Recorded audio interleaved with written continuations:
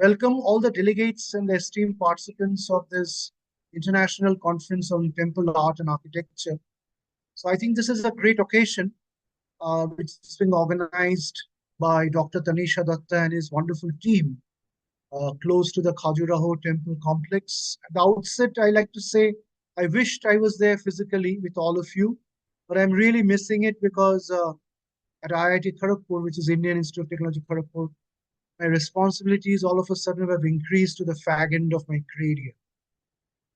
Anyway, I'm sure the next 2 days, tomorrow, 19th and 20th of September, are going to be extremely scintillating, inspiring, and very informative. To know about the details, the syntaxes, and the messages that you can draw from Indian architecture knowledge systems. What I'll do today, just give you a brief outline, a very sketchy outline of the sacred geometry and the evolution of fractals in temple geometry. So fractals, I think everybody knows, it's like a image within an image. So if you blow up the image, you again see the image. And if you blow it up, you see it again. And if you go within, you also see it again. So it's like the seed containing the tree, and the tree blooms up, contain the seed again in some fruit. And again, that next seed becomes the next tree. So the seed becomes a fractal which goes over space and time.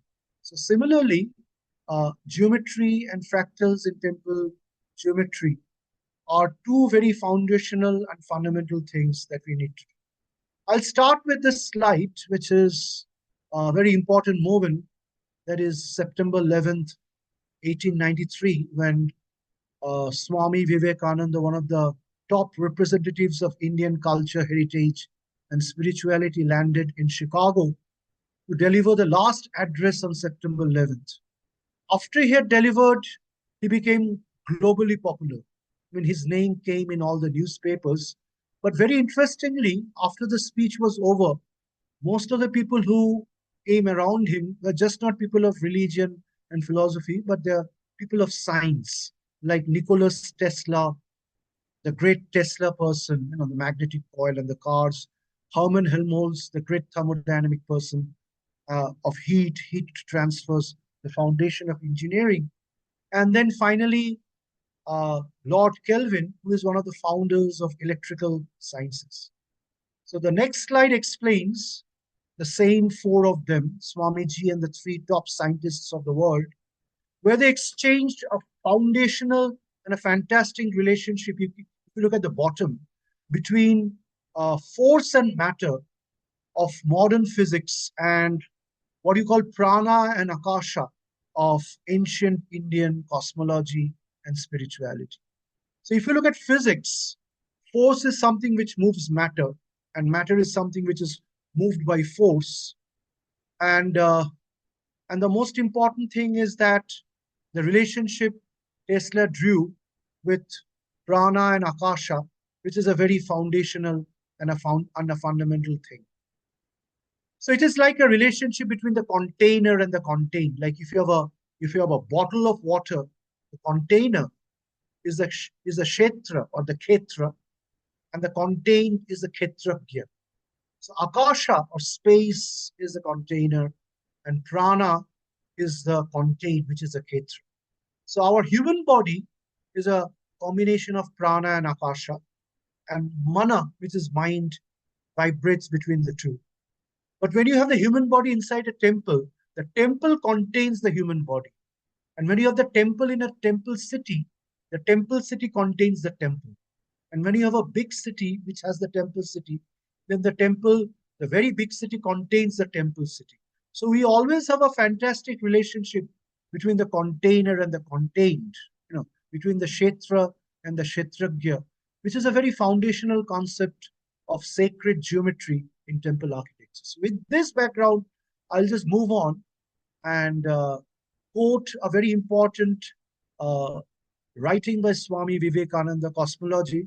I would suggest many of you can read it. It's available on the net. So Swamiji says there are two sciences. One is inside and one is outside. Normally today, we are aware of the modern sciences, which are outside, the outer laboratory of mathematics and machines. But in India had excelled in the internal science of mind and meditation. So today a time has come through the advent of science where the modern science of machine learning and advanced information sciences is catching up with the ancient science of mind and meditation. So, in other words, there is a harmony of the experiences in both the worlds. This is what Swamiji wants to say. So, based on this, I have about 7 points which I'll move on.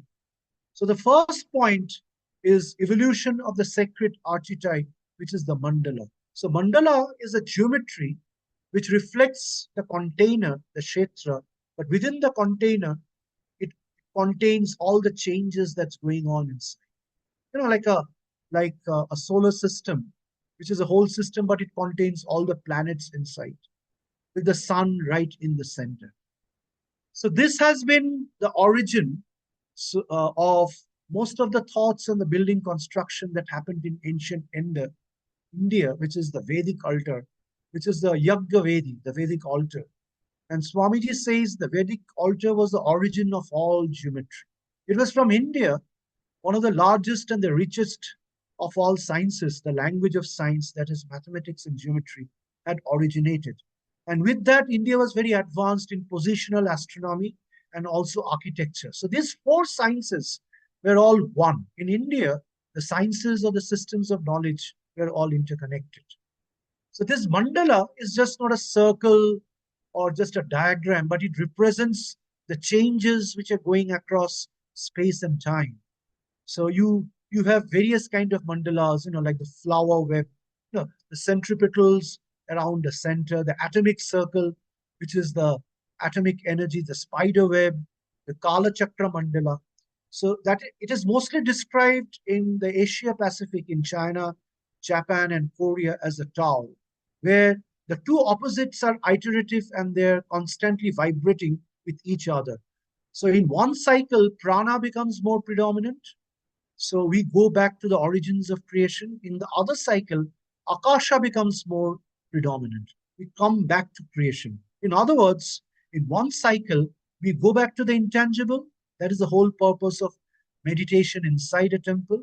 And in the other cycle, we build a temple for the next generation. We come back to the intangible.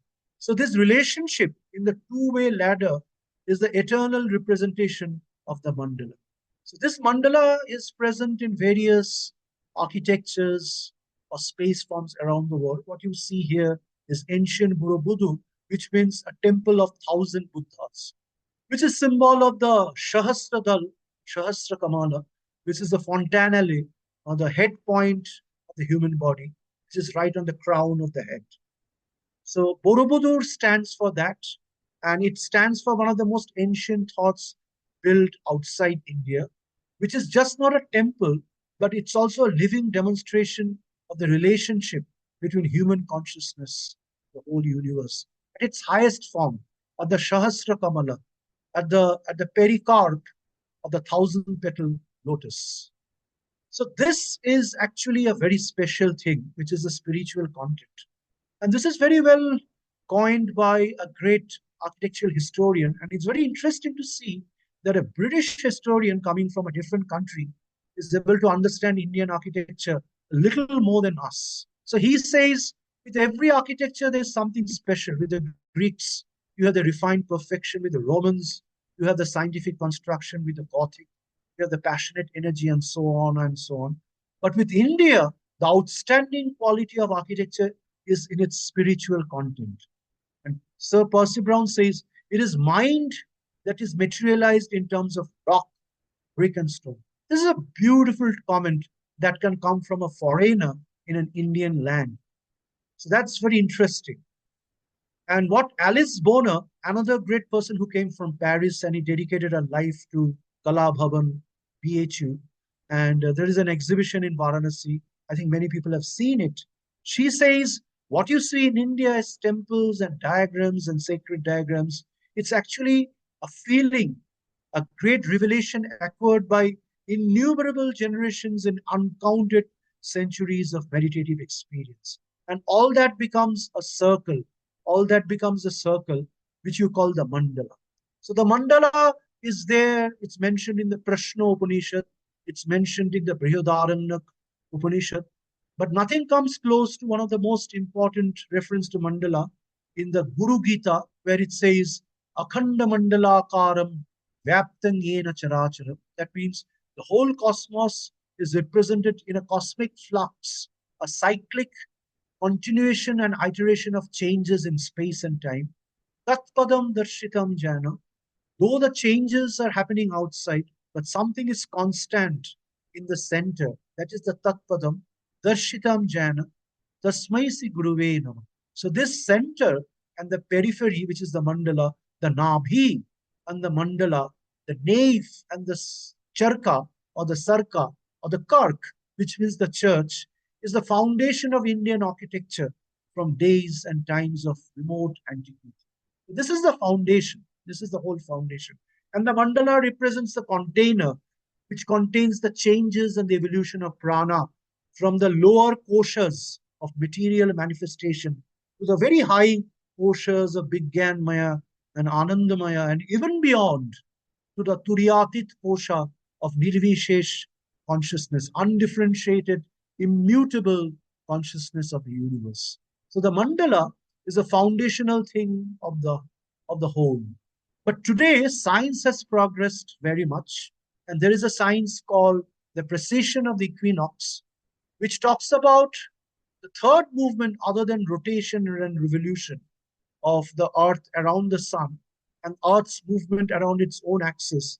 It is shown that there is a third movement where the Earth's magnetic axis faces the galactic north and it rotates and comes back to the same position where it can see the same sky dome after 26,000 years, 600 years. Now, this is called the axial precession.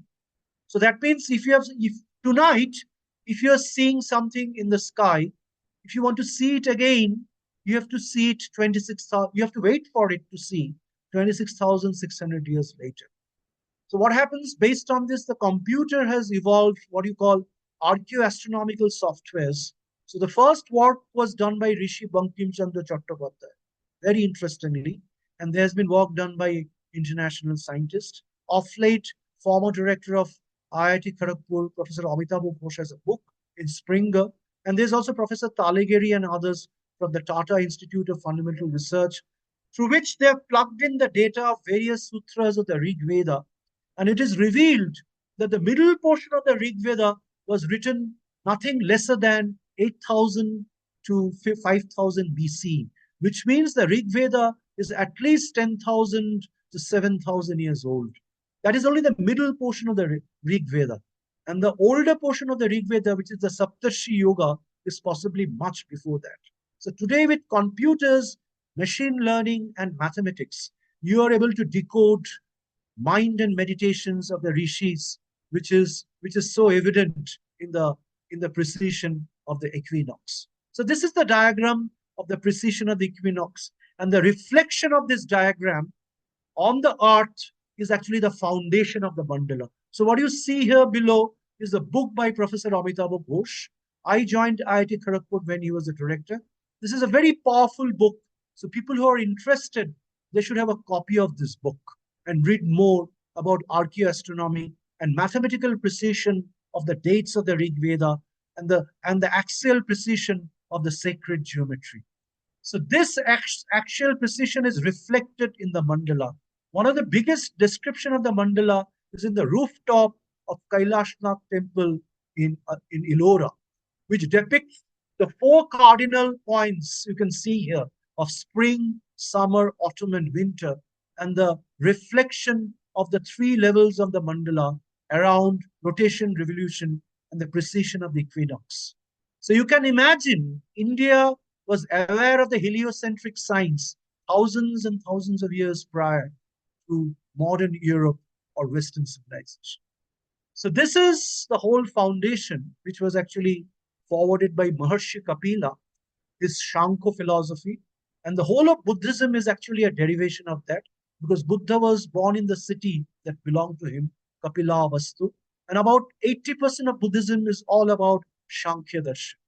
So Buddhism is nothing, the term Buddhism was created by the followers of Buddha, but Buddha never created Buddhism. He found a reformation to the Sanatana Dharma, that existed in India for thousands of years prior to him. So this is actually the three or the four levels of the mandala. One is physical, which is Annamaya Kosh. One is mental and ritual and repetitive, which is Pranamaya and Manomaya Kosh. The next is cognitive and panmythical, which is Bigyanmaya Kosh. And then it becomes all pervasive and cosmological, which is Anandamaya Kosh. And beyond that, there is something which cannot be described because there is no one there to describe. It is an absolute resonance between the seer and what he sees. So there is no I there. It's all infinite. That we call in the Vedas or the Upanishads Nirvishesh Brahman. But that is not even a description of what the immutable, infinite consciousness is. So, somewhere in the mid 1930s, Norbert Wiener at MIT had worked on this and he came up with a beautiful science of the four levels that he called cybernetics. So, today, if you can browse the net and put it on AI, media, generative media, you can find out what is physical cybernetics 1, mental cybernetics 2, cognitive cybernetics 3, cosmological cybernetics 4. In other words, these four levels are the four experiences that you have inside the level at the physical, then at the mental, and then at the cognitive, and then at the recognitive, which is called Pratyavigya in Kashmir Shaivism, and also in the Vedas, and especially in the Shankya Darshan. So what you see is a geometrical diagram, which is a section, the four levels going up like a tree, and the reflection of the diagram is a circle. So in India, it is quite interesting to see that the highest point of the triangle, which is the concept of God above, is actually the idea of the God within the circle. Atma Deepa Bhava, Angushta Matra Purusham, Sada Jananam Hridaya Sannivishta. So the lamp inside the temple, the Garbhagriha, symbolizes the lamp which is there in the human body. So the whole idea of the temple experience is to move from the outdoor temple to one day, if you get chance by the divine grace, to the inner temple of mind. But till you do that, till you get that state, you need an external temple.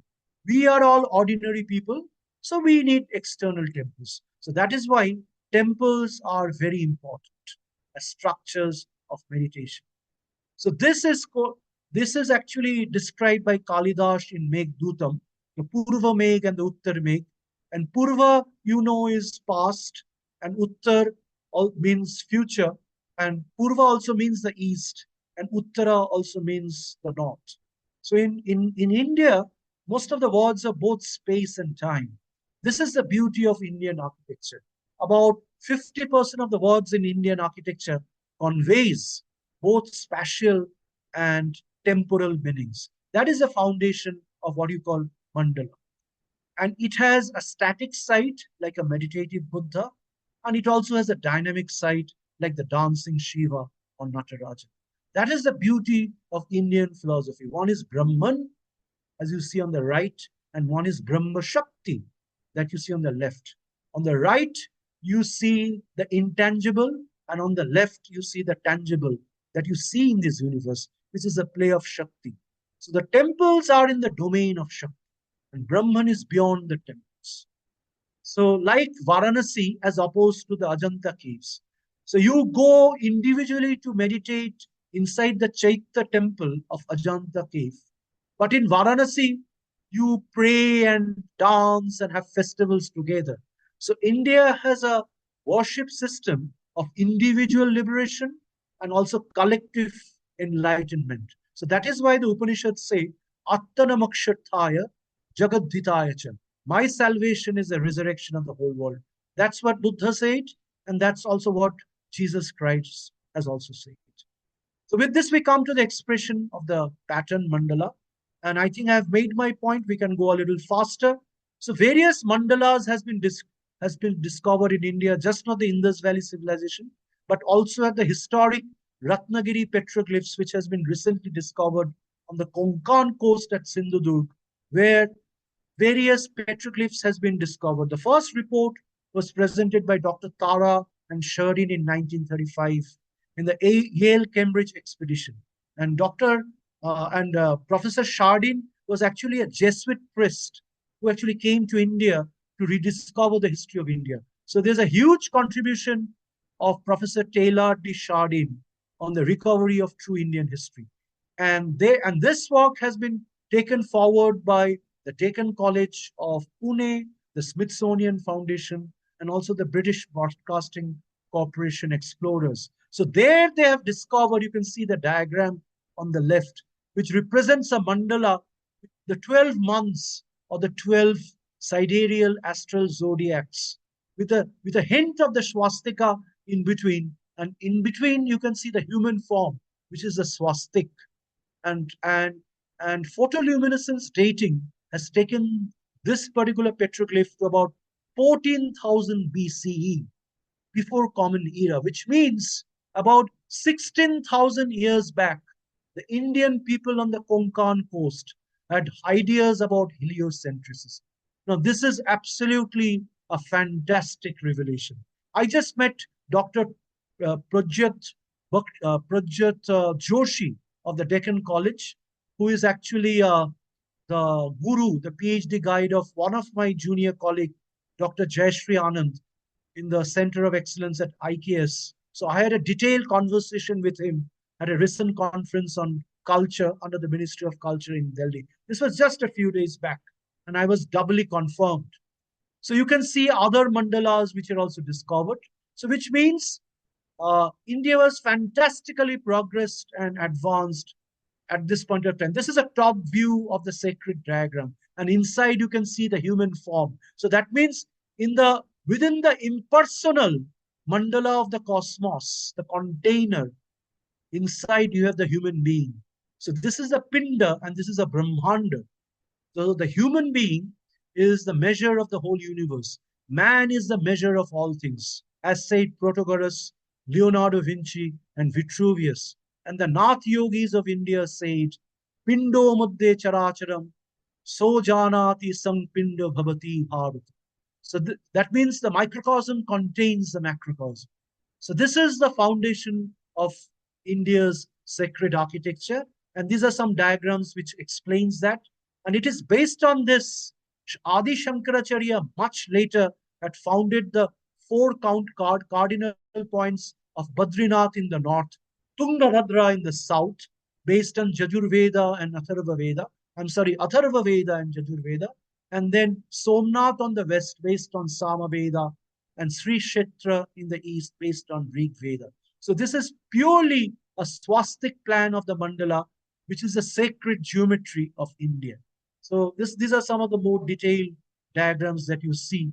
And this idea has been used by Nobel laureate Elia Prigogine in his famous 1966 book, Structure, Stability, and Fluctuation, using the mandala that surrounds the dance of Shiva, the iteration of space and time and creation itself. So there is no destruction. Destruction means recreation. So creation comes back again. The next cycle, the next kalpa, kalpa kalpantar. So there are rishis who come from the memories of kalpa and kalpantar. They are known as the Brahma rishis, like Vasishtha, Agastya, Rigu, Bharadwaj, Atri. You find their names both in the Rig Veda and also in the Ramayana. It's very, very interesting. So with this, we come to the geometry of the mandala. And the mandala is a symbol of this sacred diagram, which we call the Vastu Purusha mandala, which is a combination of space and time.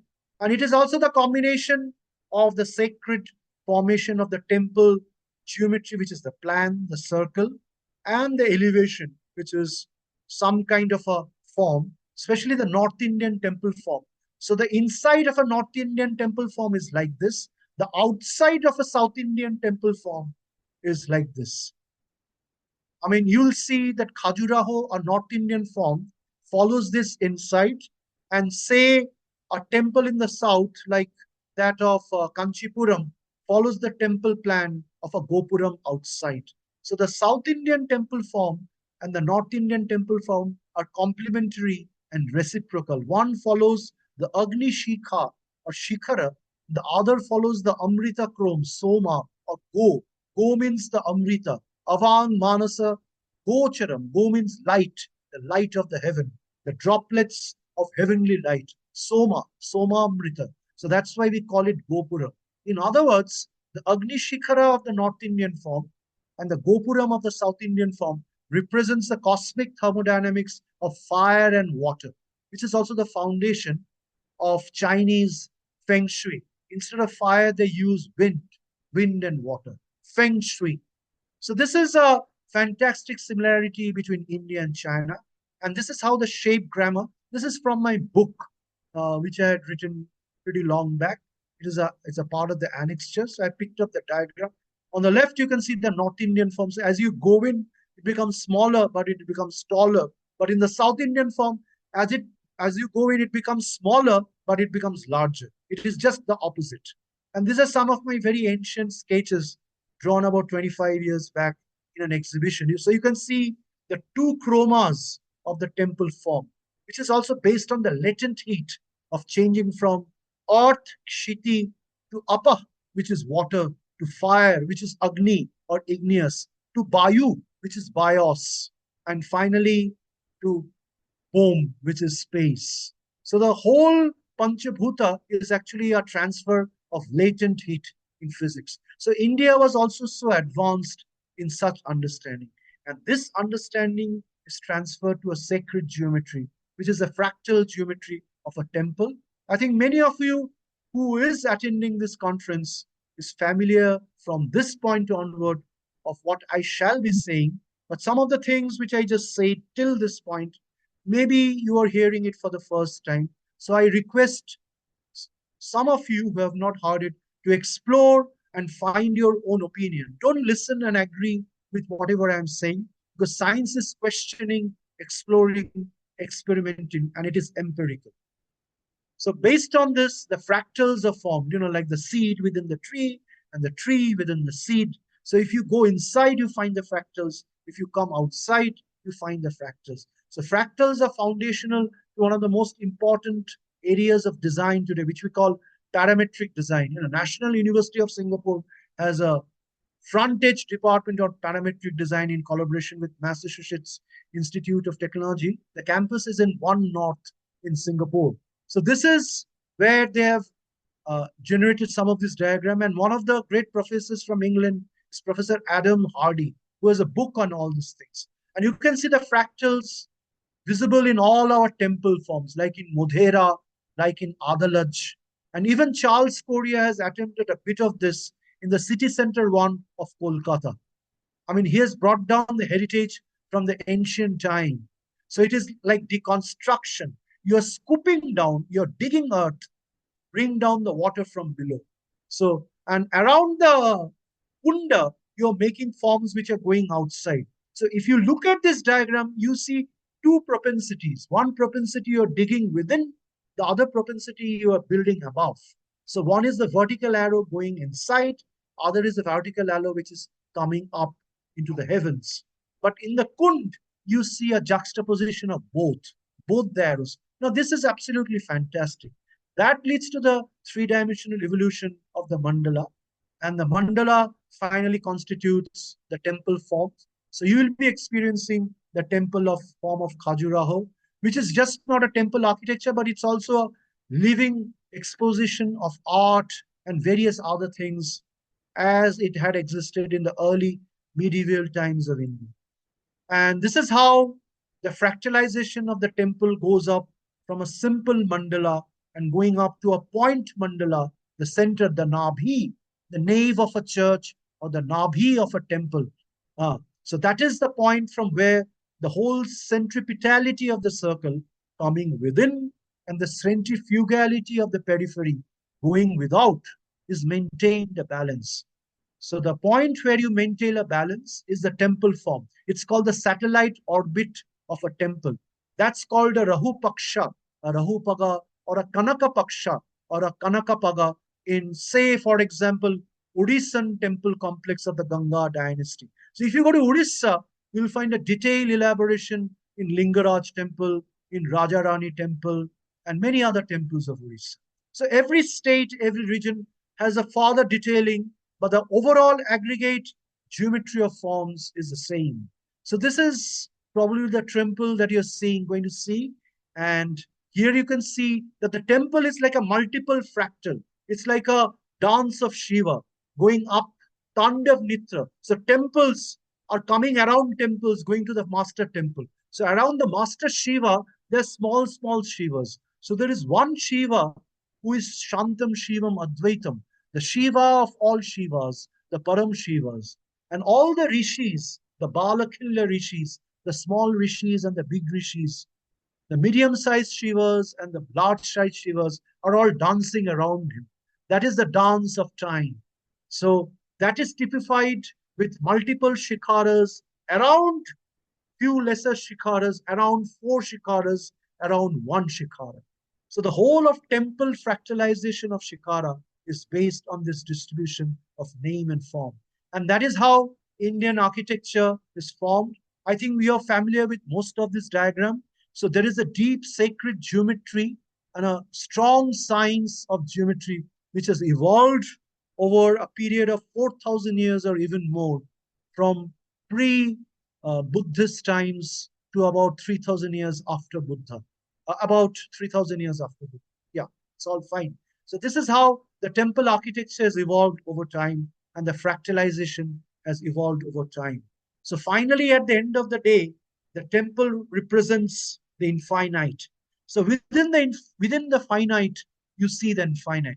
This is a beautiful song by Rabindranath Tagore, Nobel laureate Gurudev Rabindranath Tagore. He says, within the finite, I can see the infinite. If I say in Bengali, it goes like this: Shimar Maji Ashim to me. Within the Shima, within the finite, I can see the infinite. So within the finite temple, the whole purpose is to reach the infinite.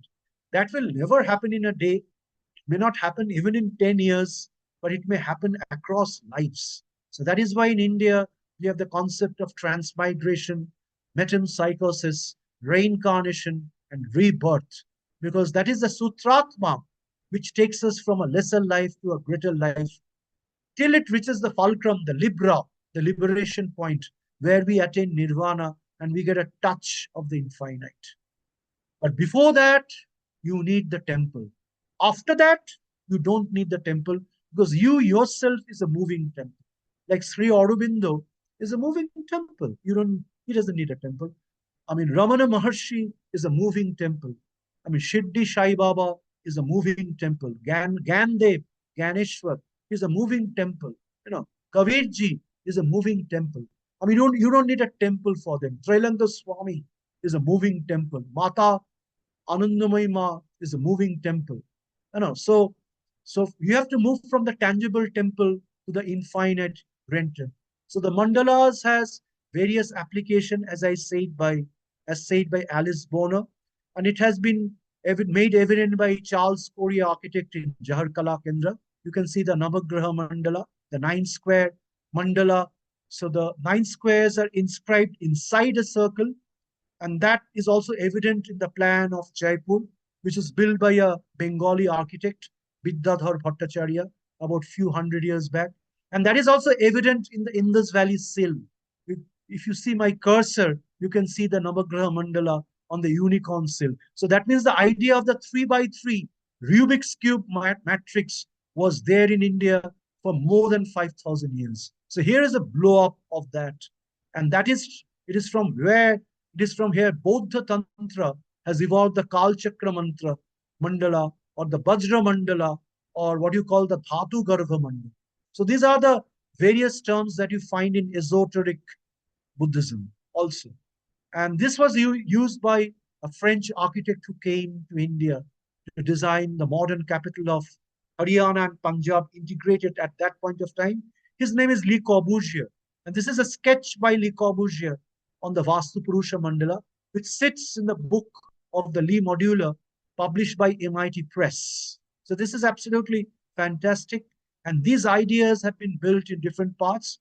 But I think there is nothing better than the example of the Matri Mandir. So the same diagram that I've shown you in Sindhudurg 16,000 years back, built by the Konkan artists, are again built by Mother Mira Alfaza, the mother of Pondicherry, as the Matri Mandir in Auroville.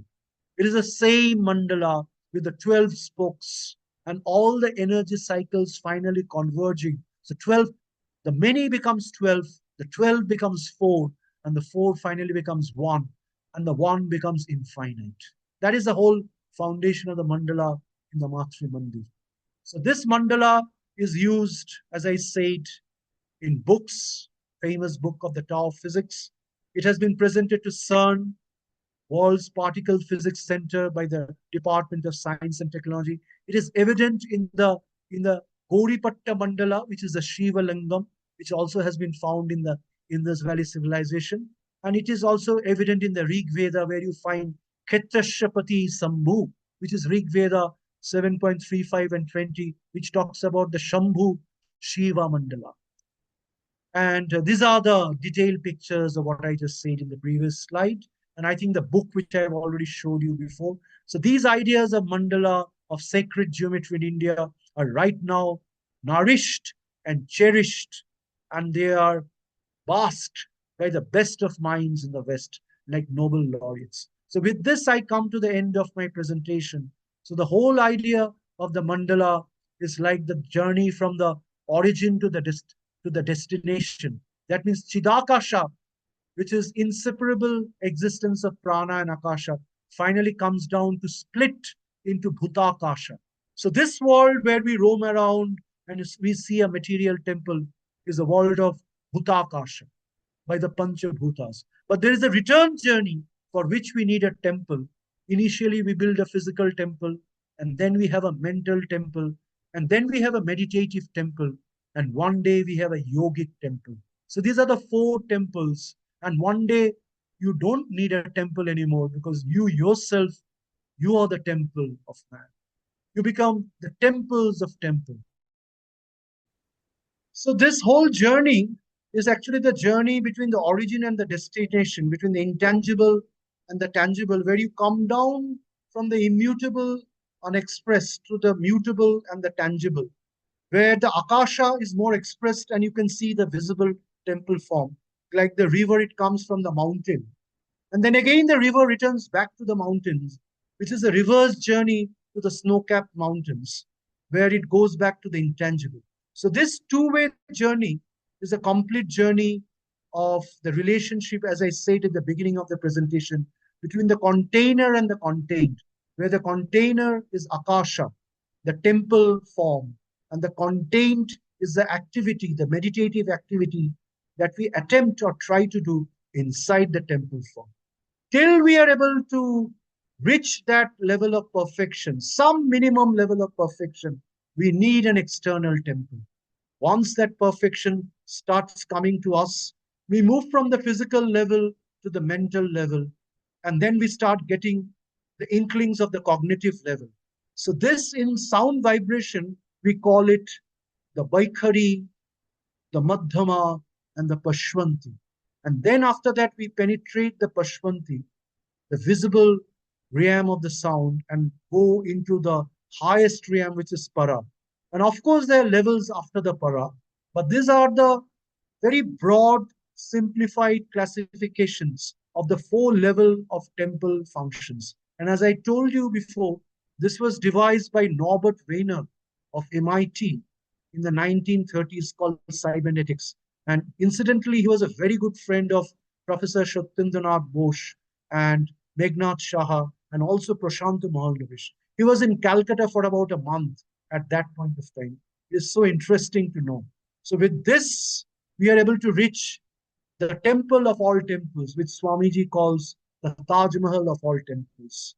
So to reach from the little temple built with brick, mortar, sandstone, the whole aim and objective of the experience is to reach the temple of all temples. That is the whole purpose of studying sacred geometry and the evolution and the objective functions of fractals in the sacred geometry while we build the temples. Thank you. I wish all of you the very best in this sacred conference, which is happening in the sacred premises of one of the most well-known temples of early medieval. Thank you so much. Namaskar. Thank you.